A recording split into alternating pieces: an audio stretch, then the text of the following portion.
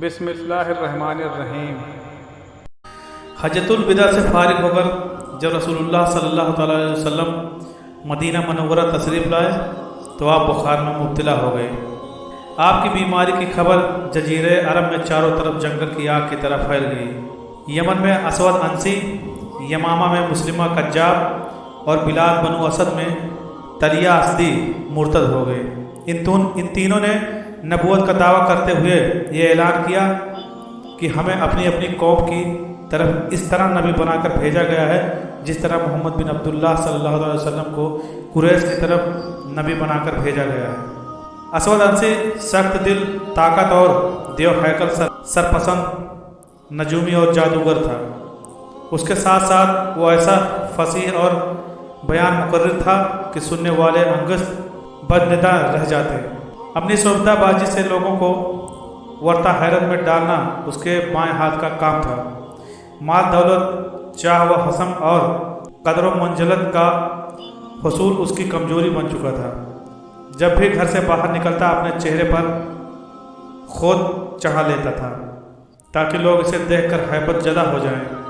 ان دنوں یمن میں ایسے ایرانیوں کا اثر شوق تھا جو ایران کو خیر بات کہہ کر مستقل طور پر یمن میں آباد ہو چکے تھے، اور ان کے سرخیل صحابی رسول حضرت فیروز دہلوی رضی اللہ تعالیٰ عنہ تھے، اور ان میں ایک سب سے بڑا باجان نامی شخص تھا جو ظہور اسلام کے وقت شہنشاہ ایران کی طرف سے یمن کا حکمران تھا۔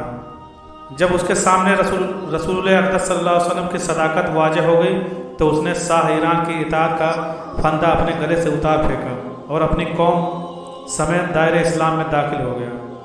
نبی اکرم صلی اللہ علیہ وسلم نے اسے بدستور یمن کا حاکم رہنے دیا اور اس منصب پر آخری دم تک فائز رہا، اور ان کی وفات کے چند روز بعد اسود انسی نے نبوت کا دعویٰ کر دیا۔